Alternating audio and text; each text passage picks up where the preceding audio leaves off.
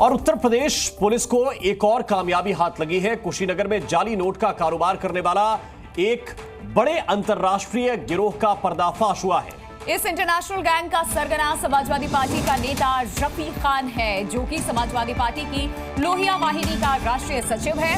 Police ने रफीक खान सहित gang के 10 लोगों को भी साथ में गिरफ्तार किया कार्रवाई करते हुए।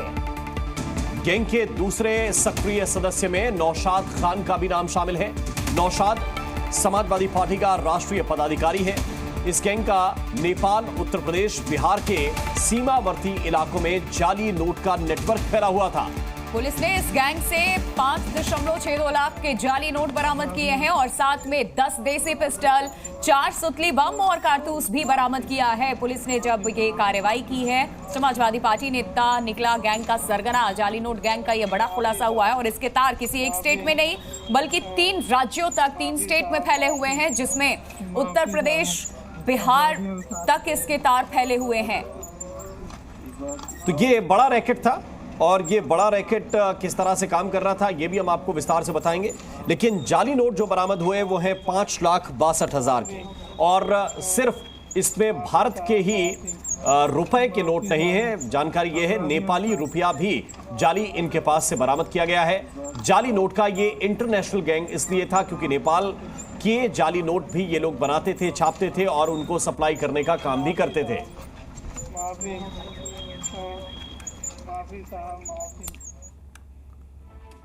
और ये रिपोर्ट हमने आपको दिखाई है, पूरी डिटेल्स आपके सामने रखी है। तुषार श्रीवास्तव, जी मीडिया संवाददाता, इस वक्त हमारे साथ जुड़ चुके हैं। तुषार, ये जो छापेमारी हुई है, जो कार्रवाई हुई है, पुलिस ने इस गैंग से लाखों रुपए जाली नोट बरामद किए हैं, देसी पिस्टल, सुतली बम, ये सब कुछ बरामद किया है।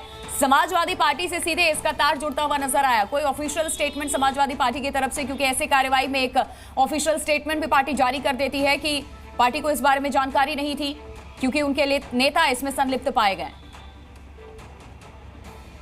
बिल्कुल, देखिए, अभी तक इस पूरे मामले में समाजवादी पार्टी की तरफ से कोई भी बयान सामने नहीं आया है, ना ही कोई ट्वीट सामने आया है। आपको बताऊं तो रफीक उर्फ बबलू और नौशाद खान, ये दोनों समाजवादी पार्टी में राष्ट्रीय स्तर के नेता हैं। जो नौशाद खान है वो भी राष्ट्रीय नेता है, और इसके अलावा जो बबलू है, रफीक खान जिसका नाम है, वो एक राष्ट्रीय सचिव है लोहिया वाहिनी का। सबसे पहले इस पूरे मामले में जो गिरफ्तारी हुई थी वो औरंगजेब की गिरफ्तारी हुई थी। जब औरंगजेब से पूछताछ हुई तो उसने रफीक खान का नाम बताया कि इस पूरे गिरोह का जो सरगना है वो लोहिया वाहिनी का राष्ट्रीय सचिव रफीक खान है।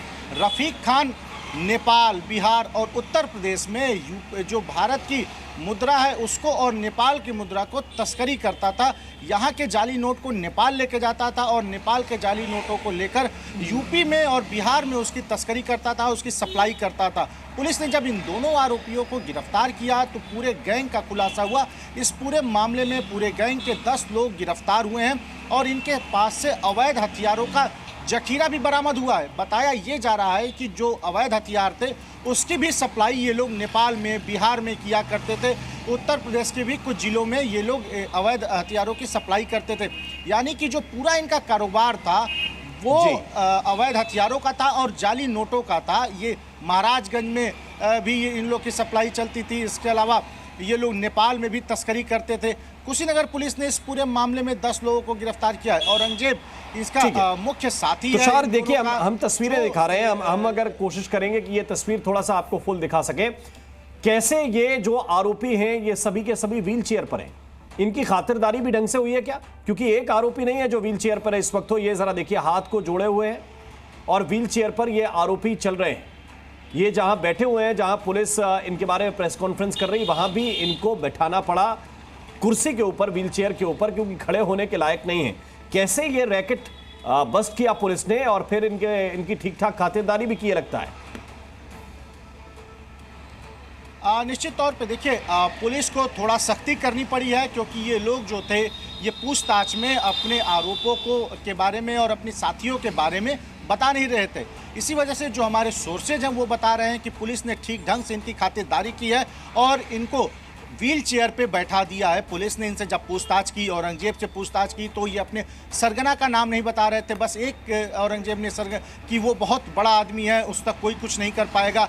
लेकिन जब उसने सरगना का नाम बताया तो पुलिस ने उसको गिरफ्तार किया और गिरफ्तार करने के बाद उसकी खातिरदारी की और पूरे नेक्सस का भंडाफोड़ किया है कि पूरा नेक्सस जो था इनका वो क्या करता था। तो इसमें जब खुलासा हुआ तो एक बड़ा कारोबार इनका जो अवैध हथियारों का था, सबसे पहला कारोबार इनका अवैध हथियारों का था कि अवैध हथियारों में पिस्टल जो थी वो मुंगेर की पिस्टल या फिर बिहार से कुछ जिलों से पिस्टल ये लेते थे और उसके बाद इस पिस्टल को लेकर नेपाल में अभी तो सिर्फ शिकंजा कसा है प्रशासन ने, अभी इतनी चीजें बरामद हुई हैं, अब इनसे और सख्ती से पूछताछ प्रशासन करेगी क्योंकि यह मामला देश से लेकर के विदेश तक भी है। नेपाल, बिहार, उत्तर प्रदेश यहां तक तार हैं। बहुत शुक्रिया तुषार अपडेट के लिए, तमाम जानकारी के लिए।